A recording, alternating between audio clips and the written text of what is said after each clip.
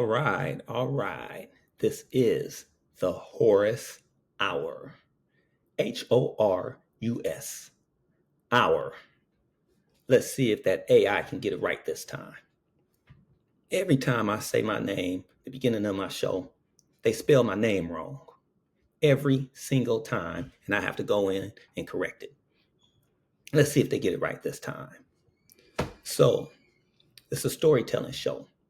Only tell true stories because that's what I do. That's who I am. The truth. Horus Ra. Now, a lot of you people don't know who Horus Ra is. Well, an Egyptian sun god, okay? In the flesh, all right? Everybody always say, uh, our spirit never dies. Our soul never dies. We just reincarnate. Well, if our soul never dies, and I know who I know I'm the son of Isis and Osiris,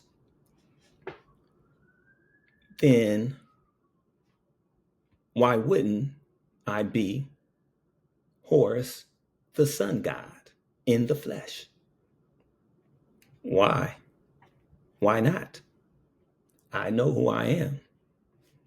Yes, I know who I am, exactly who I am. And every time you come reincarnate on this planet, or when you do come, there will be evidence of who you are.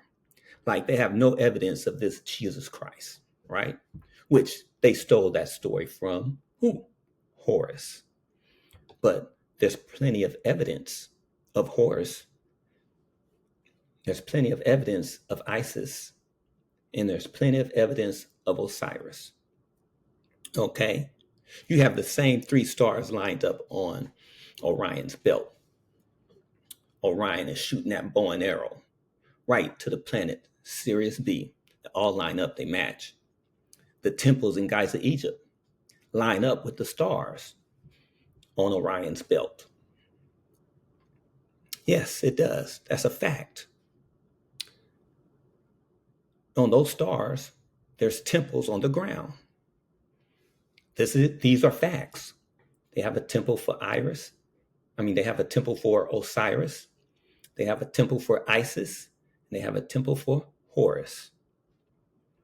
Now you can say Aset, Asar, and Haru, because that are the Egyptian names. Now, why would my body measurements be the exact same body measurements of the temple of Horus? That would have to be some crazy coincidence, right? But once again, there is no such thing as a coincidence. We all know this by now, I'm sure. So that's what I do. I tell true stories about what my life, okay, about all these things I'm going through. And so I guess that would make me a chosen seed, right? But guess what? I am definitely not the only one, not by a long shot. And yes, there is someone on this planet who is much, much, much greater than me. This man is great. He's the greatest. He is the grand master teacher. Okay? Master teacher. Speaks 19 different languages. So who else can give you 76 trillion years of knowledge, information, of our story? Okay? Forget his story. Okay? Because we all know who wrote his story. Okay? It sure wasn't by a melanated being, because the melanated beings were coming with the truth. The melanated beings are the real gods. Osiris came. What color was he? Every time you see Osiris, he's depicted as either green or melanated black. Okay? When you read the Bible, they describe who they stole the story from. Okay? Because they're giving you a story and they're showing you a picture of some white dude with blue eyes and long blonde hair. But in their own Bible, they describe him as having hair like sheep's wool, you know, that curly nine ether hair, and feet like burnt brass. Burnt brass is black, is it not? Well, people, we need to wake up. And a lot of people are. And a lot of people are starting to find out who Dr. Malachi Z. York really is. His messages, his truth, his knowledge, they're trying to suppress it. Okay? That's what they did. They falsely accused him of crimes, locked him up in prison, and gave him 135 years for a man that is innocent. You might say, how you know he's innocent? Easy. It's real simple. Dr. Malachi Z. York has always been known for telling the truth. So if you're always known for telling the truth and you just do not lie, every time he gives a message, he even tells you to check it out. Check it out for yourself. And he tells you, don't believe it. Do the research and check it out yourself so you will know the truth. And you can stop talking about what you believe, because we all know what you believe is a lie. Okay? And it's a difference between knowing and believing. There is a difference. Okay? Do you believe who your parents are, or do you know who your parents are?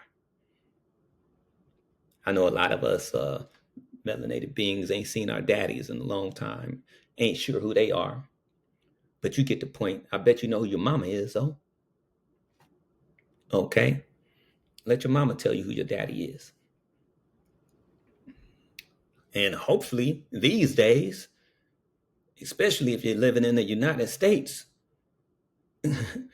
wow, you can toss a coin. It's a 50-50 chance that kid gonna be yours. Oh, yeah, it's a 50-50 chance. Happened to me twice. Okay? Twice. Okay? Really, nah. It really happened to me twice. Hey, look, we having a baby. Thinking the baby's mine. Don't find out till the baby 13. Go to court. She trying to get some child support. The judge said, no, we're not here for child support. That comes next. We're here to establish custody. And when he said that, she goes, well, he's not the father then. Can you believe that? When I couldn't see the baby, she didn't want me to see the baby. So now she says, he ain't the father. Go get the DNA test. It was like being on the Murray Show. You are not the father. That's what they told me. Okay. That was the first marriage. All right. Get married again. Yeah. Fright night. That was like Halloween. A nightmare. Did you have nightmares on Halloween? That marriage was a nightmare. 13 years of this living hell. Okay? You might say, how can a guy like you end up in a marriage like that? I was like them Ammonites. I was too nice of a guy. Okay? I guess that's what it was. I was too nice of a guy. I wasn't trying to be a nice guy. I was only trying to do the right thing. Okay? But the right thing wasn't getting me nowhere. It was getting me disrespected. Okay? You know how people say they mistake your kindness for being a fool? That's how it was. Second wife, mistake my kindness for being a fool. Couldn't tell her nothing. Nothing. Literally, when I had $1 million life insurance policy, I literally had $1 million life insurance policy. She tried to set me up, have me kill myself, okay? So she can say it was an accident. I died at work. That's what she tried to do, okay? She'll never admit that, okay? But her sneaky ass plan to try to get me not to go to sleep, she's gonna force me to go pick up my kids so that way I can't sleep that day. So that means I went 24 hours already with no sleep. Now I got to go another 24 hours with no sleep.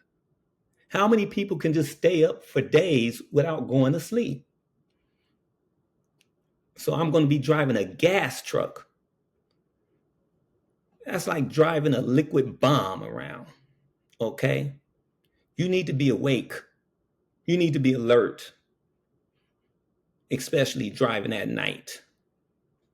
So she literally did this, okay? And I was like, heck no. I love my kids, but I love my life too. What good am I if I'm dead? Oh, you're going to have $1 million. But she will never, ever admit that. Had to get out of that relationship. Go to the third one. Oh my goodness. I thought it would be better, but no. 4 years later, she talking about she pregnant. I was like, wow, how did you get pregnant? I was in a whole nother state. She forgot what day I had a delivery. And on that delivery, my truck broke down. So I was in Oregon when she got pregnant. So, of course, I had to bounce. All right? I ain't putting up with that crap. So now I'm loving life, loving it. And when I say love it, I'm loving it because I needed time to be by myself. I needed time to heal. I needed time to grow. And that's exactly what I have been doing. Okay?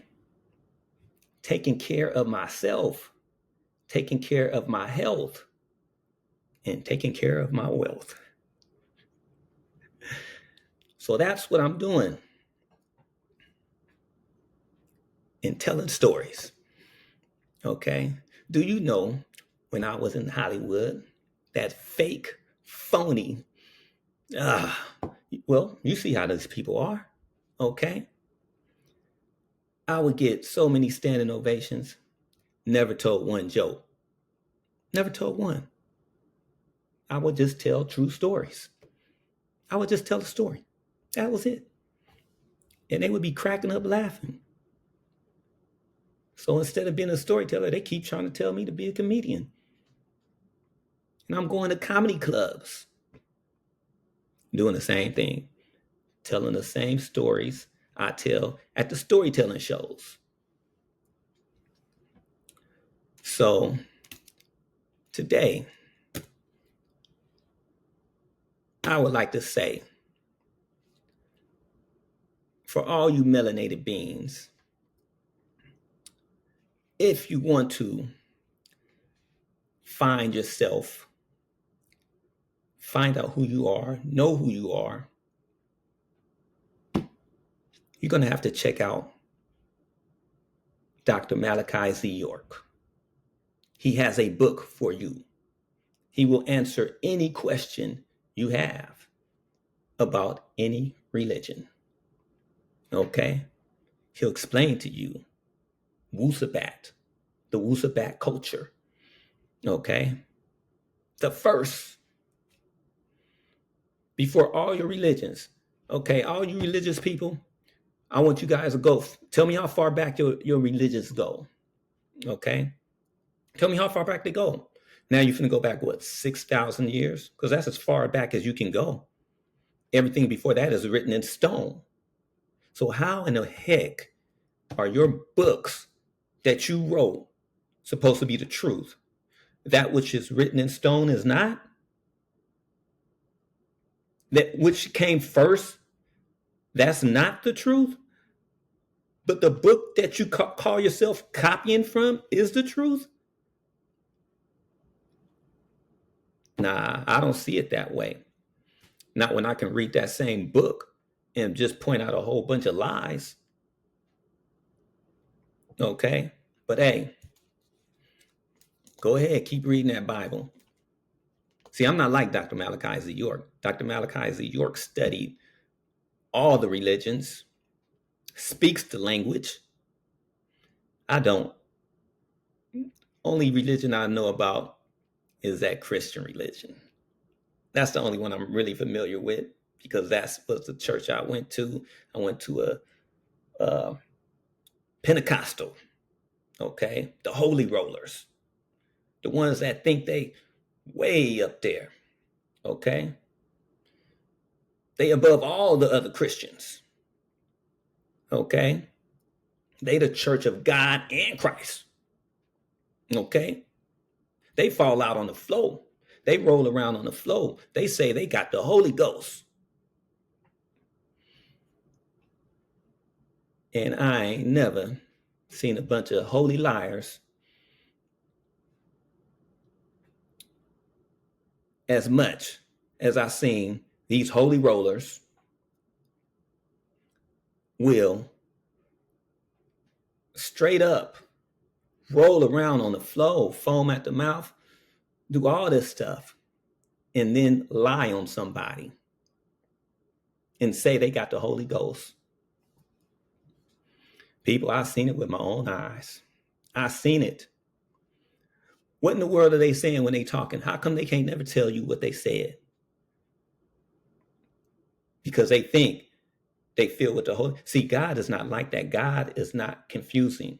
The truth is not confusing. You can understand the truth. When God's Holy Spirit talks to you, you'll understand. It's going to be clear. And it's not going to be no, and then you be, woo, thank you, Jesus. And don't know what the heck you just said. Because when I woke and found out all of that crap was a bunch of lies, do you think Osiris came to me and said, you think he came talking to me like that? No, not at all.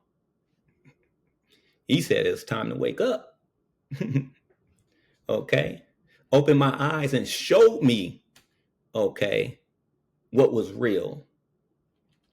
And then he told me, stop eating meat.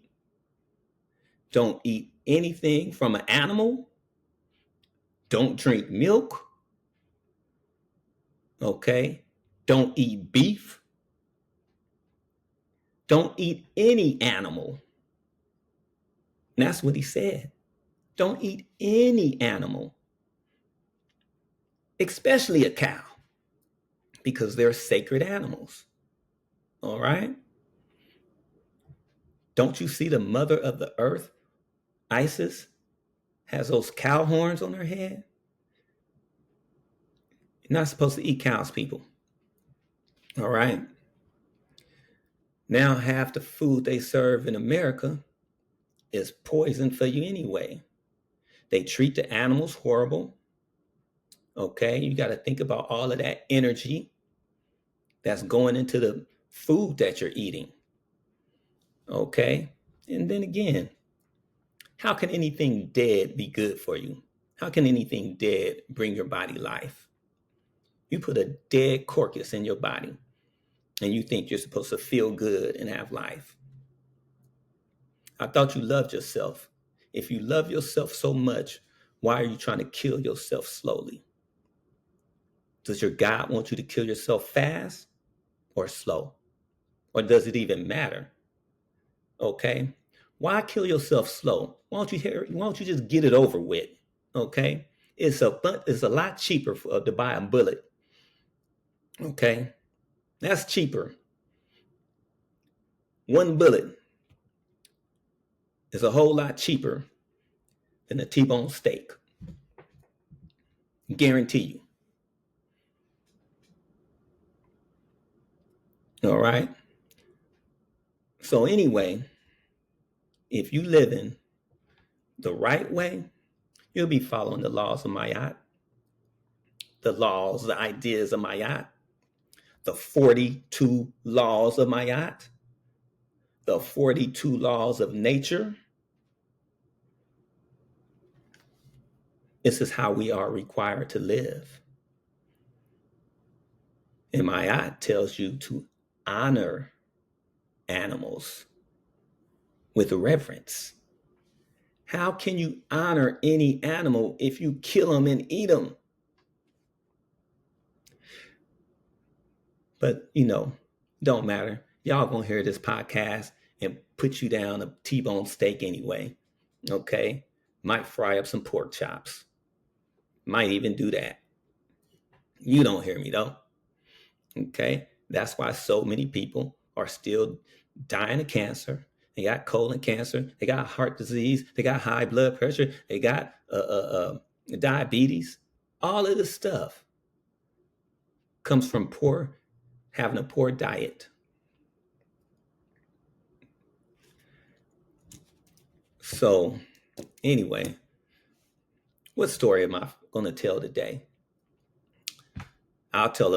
Since it's Halloween, I'll tell a story that was scary to me. Okay? And this is probably one of the most scariest stories. And it was luckily, I was in the right place I was at the right place at the right time to save somebody's life. How about that? I was in the right place at the right time to save somebody's life. Okay. And, like I said, there's no such thing as a coincidence. All right. I was lucky to have been there. All right. Well, anyway, what happened was I was working at Taco Hill, my favorite place. All right.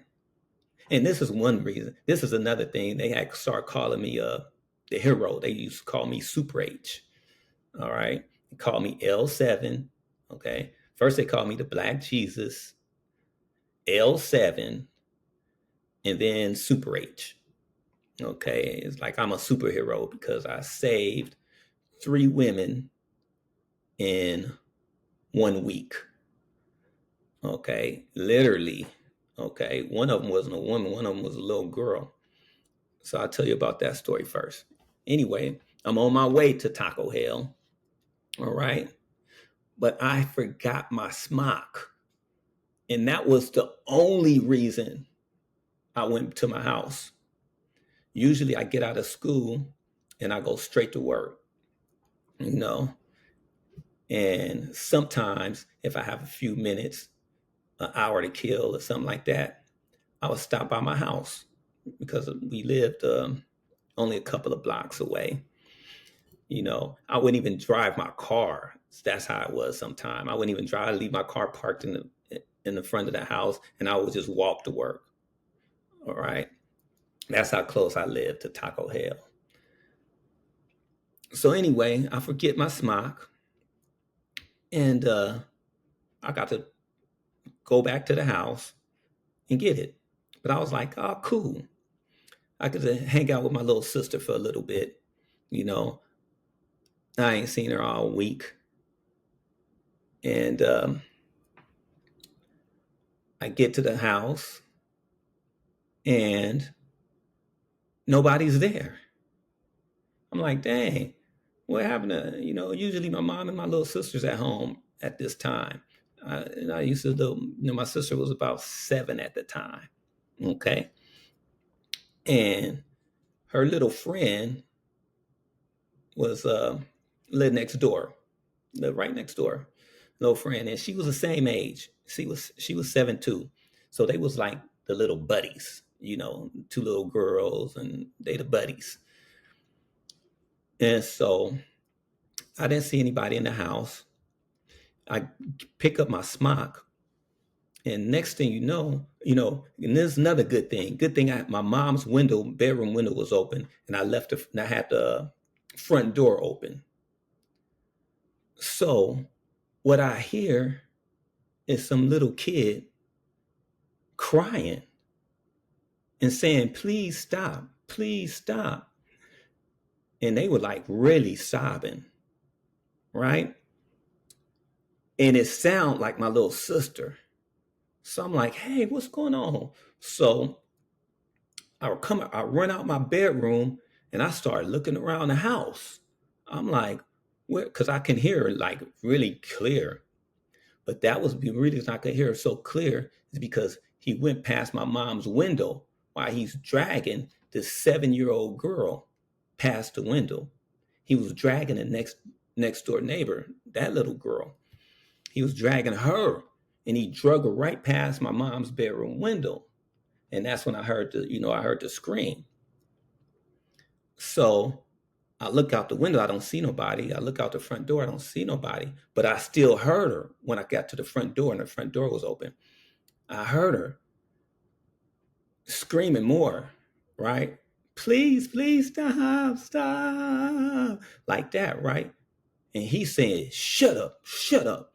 And I guess he tried to cover her mouth or something. So I bust open the door. I see this big ass dude trying to rape a 7-year-old girl. I started running so fast to where they were. He done pushed her up it was these big old bushes, this ivy on one side of the house. He done pushed her up and this is in the daytime too, okay?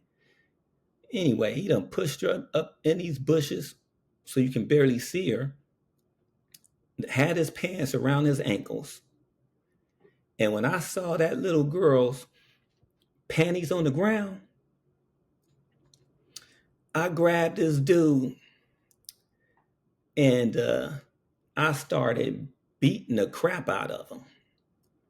Like bam, bam, bam. I mean, I'm just slugging him, right? He drops on the ground and he's laying on the ground. He's hurt.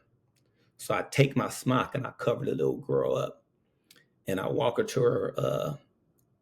I walk her to the door, and I'm knock on the door so her mom can come answer the door. So her mom comes, and I tell her mom, I said, I think I got there just in time. I think I got there just in time. Okay, before he could really hurt her. And then that dude tried to get away. I grabbed him by his neck. I was like, "Where you going, sucker?"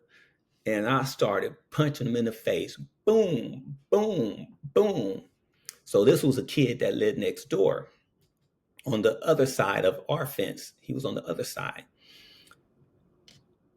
Then I drug him. So I was beating him. When I'm beating him, he was like in front of my house now. And so I was beating him, right? So I'm about 18. I just turned 18 at the time. So I drug him, and see, I think he was younger. That's why I thought I was going to get in trouble. Anyway, I drug him out to the front yard, and then that's when I commenced to really slugging him. I mean, he was like out, and I'm still hitting him, and I'm slugging him in the face. Boom, boom. His face is like a bloody mess. And his mom and his dad, and they're upstairs, next door, and they start yelling, "Leave my son alone. Leave my son alone. Stop. I'm going to call the police."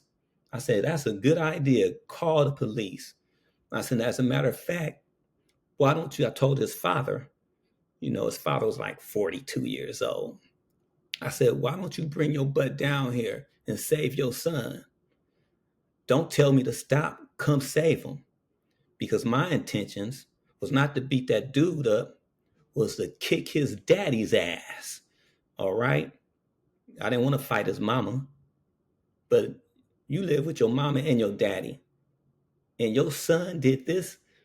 Nah, buddy, I'm kicking your ass. That's what I said to his daddy. And then I start holding him up by his shirt and his neck and punching him. Boom! Come save him. Come save him. Boom! Come on, come save him. Boom! Save your son, sucker. Slammed him back on the ground and start hitting him again. Now, this time, this dude, he ain't even moving. So I'm hitting him, but I got tears in my eyes. So I can't really see the damage that I'm doing to him. I just kind of lose it. And I'm slugging him, slugging him, slugging him, right? And next thing you know, I see these little feet on the ground. But they wasn't kids' feet. They were adult feet. But they were small. And she whispers, she tells me, "Don't kill him. Please don't kill him." And I was like, huh? Then I kind of snapped out of it. I'm like, I'm not trying to kill nobody. I'm trying to teach him a lesson. I'm going to make sure he don't ever do this again. Not in this neighborhood, not on this side of the block, because we was split right in the middle of the block. On one side of the block, it was all little girls, young ones, little ones, okay? And on the other side, that's where all the kids were, all the boys were. So, first of all, he had no business going onto the girl side. It's only little girls there, little girls. So he has no business over there. If he was wanting to play with somebody, all the boys are on the other side. Okay? So I told his mom and his dad, if I ever catch him on this side of the fence ever again, I don't care if he say he walk into the store, I'm going to kill him. Okay? That's what's going to happen. But you know what happened? The very next day, they moved their son out the neighborhood. The next day. The very next day. And then his big brother gonna come. That's who came and picked him up, his big brother. And then I hear him say, I was about to go to work again. I got my smock in my hand. This time I'm walking.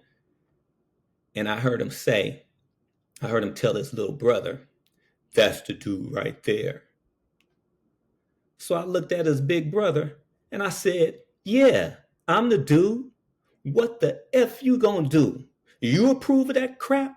Why don't you bring your ass over here too then? Okay, because I'll beat the crap out of you too. I don't care how big you are." And both of these dudes were much bigger than me. All right. That used to be my secret weapon. I was so small. People used to think, oh, we can get his butt. Okay. But they had no idea that I was already studying martial arts. Okay. They had no idea. Anyway, not saying that I'm the best and all that kind of stuff. I ain't never entered no competitions. I was only doing it for self-defense. All right. But apparently I was becoming pretty good at it. So that's the first story. All right. So that kid moved off the block, right? And guess what? Guess what? I hear about this dude years later. I'm talking years later, 10 years later. Guess what? The same dude that I beat up was in jail on his third strike for rape. So now I guess he's going to be in there for life. 3-striker, all 3 times rape. So that's when that 3-strike law comes in effect, and it's a good thing. All right.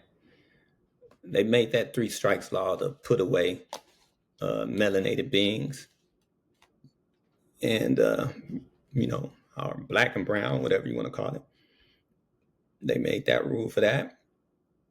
But it only works when somebody do a heinous crime. All right. And not some little misdemeanor crap. Anyway, so that was one time. So I was glad that I got there before the dude could really hurt her. And that was like the scariest moment, because I'm telling you, when I heard this girl crying and screaming and stop, please, and begging, man, I mean, talking about pulling at your heartstrings. I'm like, how evil can you be to have somebody crying and begging like that to still try to do? Oh man, that was horrible. Okay, so now the next time I get to work, right? So I go to work, and this was the first time I was at work, and the robber attacked the customer. Now this dude was beating this woman badly. He tried to steal her purse. He was going to try to take her purse and run out the door, because she was standing in line and had a purse, and she was the closest to the door to get out. So this dude tried to grab her purse and run out the door, right? She grabbed her purse back, and they in a tug of war. They tugging back. Next thing you know, this dude threw a round off. Bam! I mean, he clocked her with everything he had, and she hit the ground. But she was still holding that purse. He starts swinging. Bam! I mean, he is jacking her up, and she's on the ground holding on to that purse. He opens the door and tries to drag her out, but when he pulls her to drag her out, her head hits that metal part on the door. Bam! I mean, she clocked her head on that metal part of the door about 3 times. There's an older lady standing in front of me, and she started crying like, please, somebody help her. Then she go, baby, please let go of that purse, please. And this lady is still holding on to the purse. Now, I'm the smallest and the skinniest dude working there, okay? And you got these 2 big dudes always bragging about how much they can bench press, okay? And how big they are and all this kind of junk. Yeah, I'm bench pressing 350. You bench pressing 350, get your big ass out there and stop that dude, okay? But I'm thinking all of us, the 2 big giant dudes, I mean, these dudes got some big old muscles and everything. I'm thinking that they gonna help. So I'm pushing them up in front of me, and they gonna stop. I'm like, Look, they so big, I try to push them and I can't even move them, okay? So I gotta squeeze through there. And by the time I squeeze through the crowd, I squeeze through these dudes, he done drug her outside. And he's beating the crap out of her, and she will not let go of this purse. Then he pulls out a switchblade, and he's about to stab her. And I said, stop. He looks at me. He said, What you gonna do, little sucker? I said, I don't know. Because at the time I had no idea. I ain't never had no fight with nobody with no knife before. Okay. I seen somebody pull a knife on my dad and he shot him. I didn't have any weapons. But right then, my Heavenly Father Osiris spoke to me. He said, man, you're the one who practiced karate. Why don't you just act like Bruce Lee? And I said, oh yeah. So I go, wah, and I lick my thumbs and I start going, wah, like that. And homeboy stopped for a second, but as soon as he stopped like that, because he's like looking at me like I'm crazy or something, I jumped up and I kicked the knife out of his hand. The knife went flying so high. I mean, it got some hang time. I ran to the mirror. I was like, hey, I had to tell my homeboy Ronnie. I said, did you see that? Because I thought the dude was going to start running. And everybody's pointing, the knife, the knife. The knife landed on the sidewalk, and this dude was running towards the knife. So I run toward the knife, and I kicked it in the street. And I kicked it across the boulevard. Okay, Manchester Boulevard. It went flying all the way across the street, and cars are coming and all that stuff. So he didn't try to run and get it. Then he gonna stand up in front of me. I said, yeah, now you don't have no weapons. Want some? Bam! I hit him real hard. He hit the ground like a hot rock, but then he jumped right back up. And I said, man, that was a good shot. How did he get up? Okay.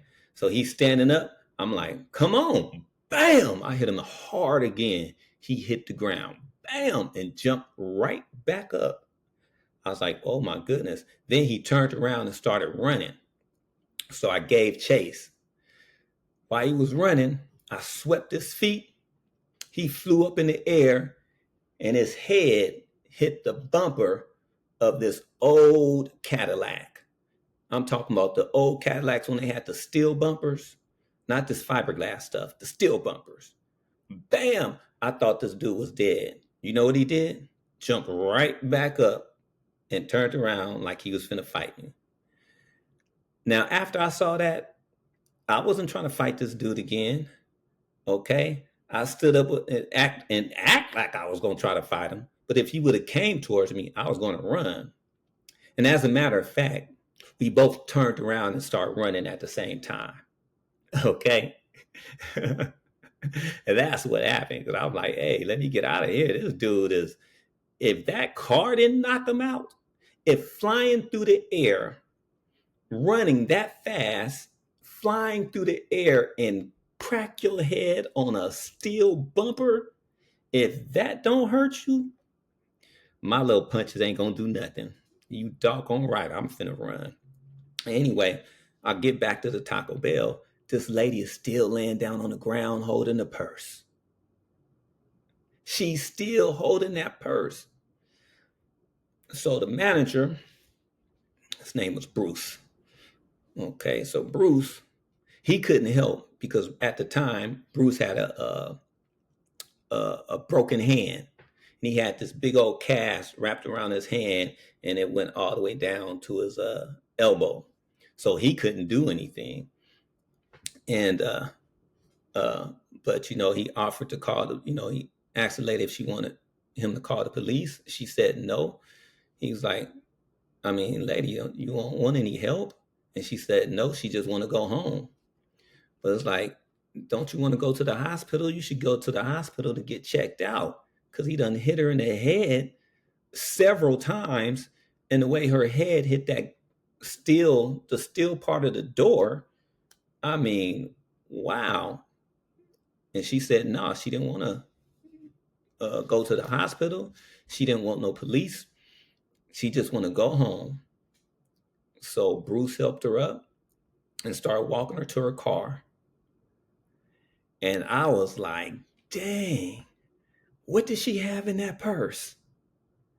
What was in her purse that she was willing to die for?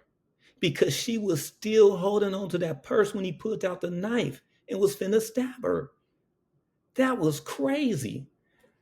And she clenched that purse with both hands and started walking to her car. Got into her car and drove off. I said, wow. So my take is anybody gonna get attacked over a purse. I don't care what you got in it. It can be replaced. Your life can't. Okay? Your life cannot be replaced.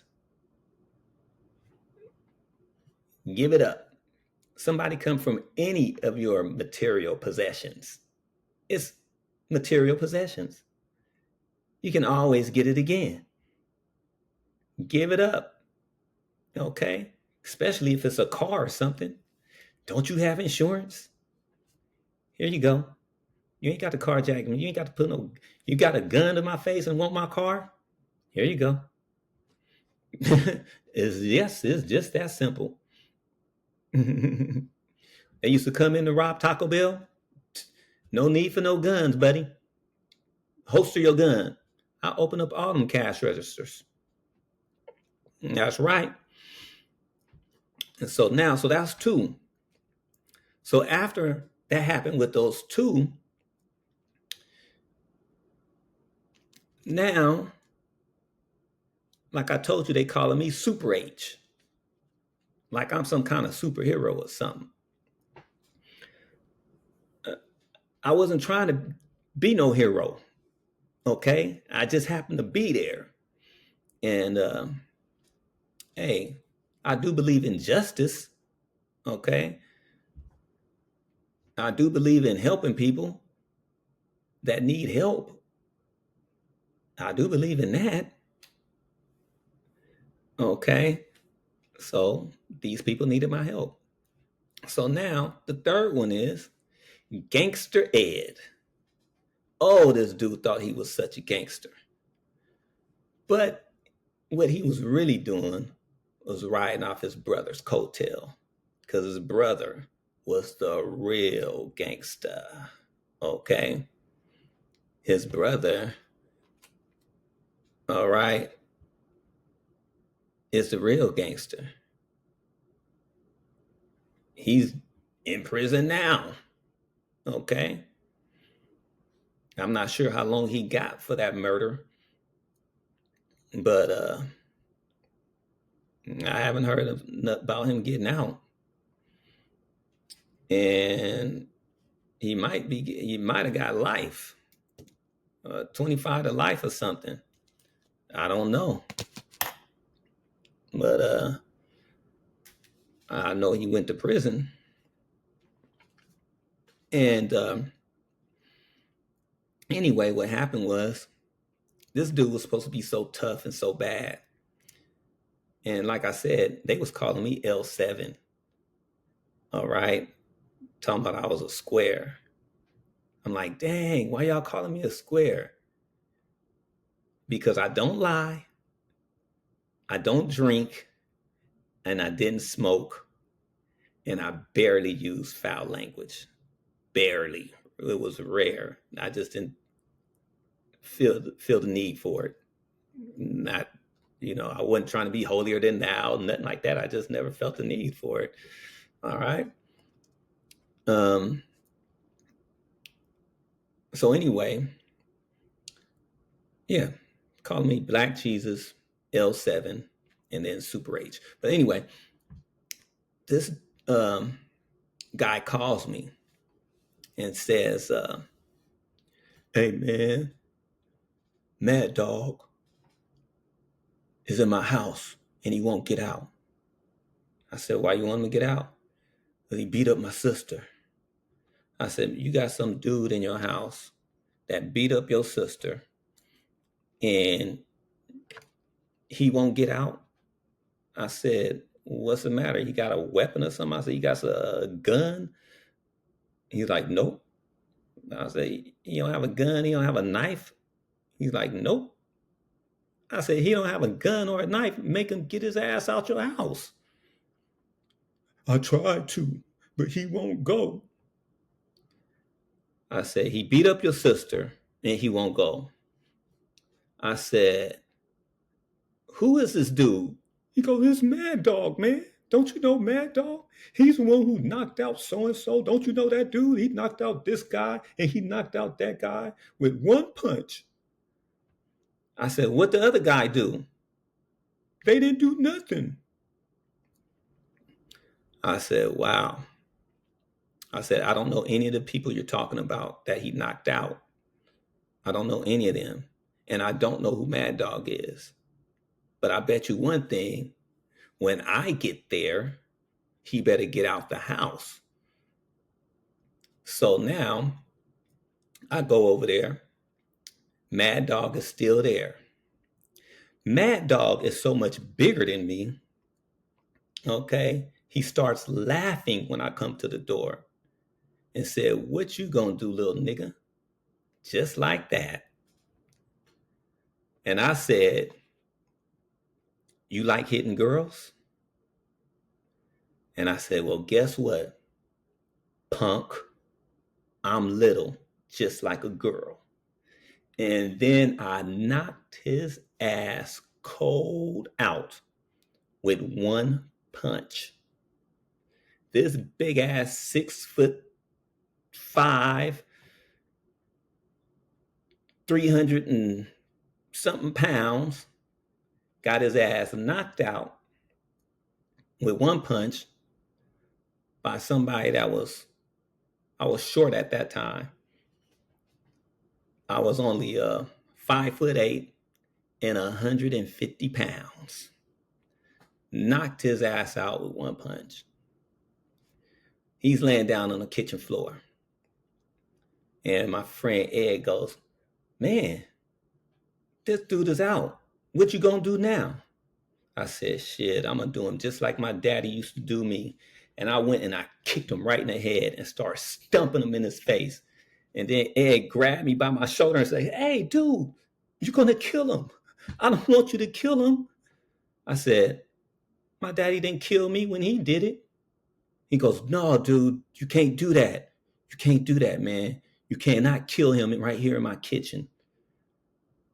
And I said, okay, how about I kick him in his ribs? Bam, I start kicking him in the stomach. And then my Ed gonna come and he gonna start doing the same thing. So we stumping on him. Bam, bam, bam. And he's out, but he's out cold. Okay, we kicking him and he's out cold. And next thing you know, I feel this bam right on the back of my head and I fall on the floor. And I said, damn, he got some long ass arms. How did he hit me in the back of my head? So I'm sitting down on the floor and I'm like in a daze. And when I kind of open my eyes, I look, he's still laying on the floor. And my friend Ed is still kicking him. I'm look up and it's my friend's sister. She done clocked me in the head with something. I don't even know what it was, but whatever it was, it hurted and left a big ass knot on my head. And I'm sitting down on the floor. It's like, what the heck? And she gonna say, leave him alone. Leave him alone. She goes, helps pick this dude up. This big ass dude that done busted her lip. Her lip was split wide open. I mean, split down the middle where you can see the white meat hanging out. Nose was busted. Big ass blood is coming out her nose. Okay, she got the tissue stuck in her nose. And both eyes were swollen shut. That's how bad he beat her ass up. And she gonna say, stop, leave him alone. She can barely see. Okay, her eyes were swollen, looked like she was in a real boxing match. She helped this dude up and took him back into her bedroom. I said, wow. Listen here, Ed. Don't you ever call me again if this dude put his hands on your sister. Don't even do it. Don't call me. She on her own. And I left.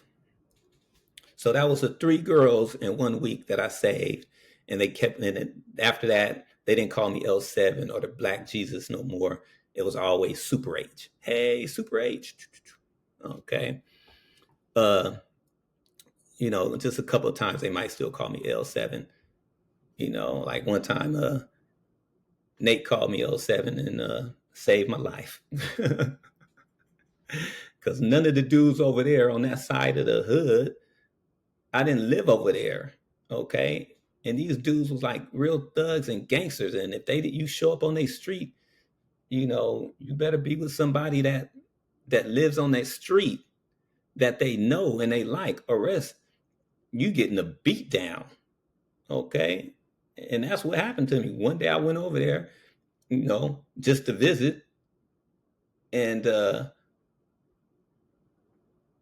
all these people was in front of Ed House, all these gangsters, these thugs. And I mean some big ones. Okay. They didn't know who I was. I never met these guys before. And they had me surrounded. Okay. I was gonna try to run back to my car, but they had me surrounded. And I heard one of them say, "We gonna bury him next to that other dude that we buried on the side of the house." I heard him say this. My heart started beating so fast. I was like, "Let me explain." I said, "Please." I said, "Just go get Ed. He's right there, man. Just go get him. He knows who I am." And they was like, "Nah, buddy. Well, we don't need to do nothing." And so right before this dude, big, and I thought that Mad Dog was big. This dude was way bigger than Mad Dog. Okay. Just got out the pen. All right. That's why he wasn't over there fighting Mad Dog. Dude just got out the pen, was on swole. All right. And then plus it was about 20 of them. It was like, what the heck? Come on, man. I'm not Bruce Lee. So anyway, right before when homeboy walked up to me like he was finna swing on me, Nate came out and was like, "L7, what's up, my brother?" And then everybody look and go, "That's L7? That's the one that knocked out Mad Dog?" Yeah. Then everybody's like, oh, they start giving me dab and hug me and, "Oh man, you cool, you cool. All right, man, we didn't know who you were," and all this kind of stuff. He's like, "Yeah, that's the homeboy L7, buddy," like that. And then that was they left me alone. They was like, "Oh man, why don't you have a beer with us," and stuff like that. I was like, "Man, I don't drink." Like that. And so it was like, well, it's like, I see that's why they call you L7, huh?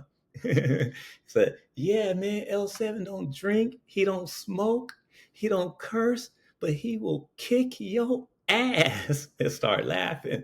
And he's like, "Oh, so that was it. Everybody on that street, they liked me after that."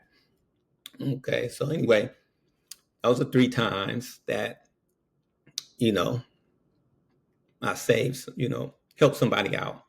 Okay, I ain't gonna say I saved their life, but I actually helped them out. And that name, Super H, had stuck after that. So those were my scariest moments. Okay, don't need no Halloween fright, because seeing somebody about to die for real in real life is scary. Seeing a little girl about to be molested is scary.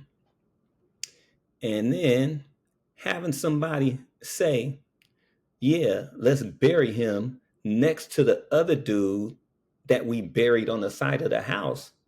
If that's not scary, I don't know what is. And yeah, that's what happened. That's the end of those stories.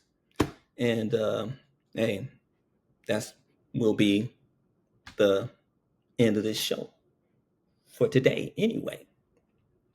So, in closing, I would like to say, free Dr. Malachi Z. York. He's innocent. He's the master teacher. He's Troth. He's Tohidi in the flesh. He is the Messiah. He is the one with all the knowledge. He is the one that can tell you about our history. Peace and love and happiness be with you all. Until next time.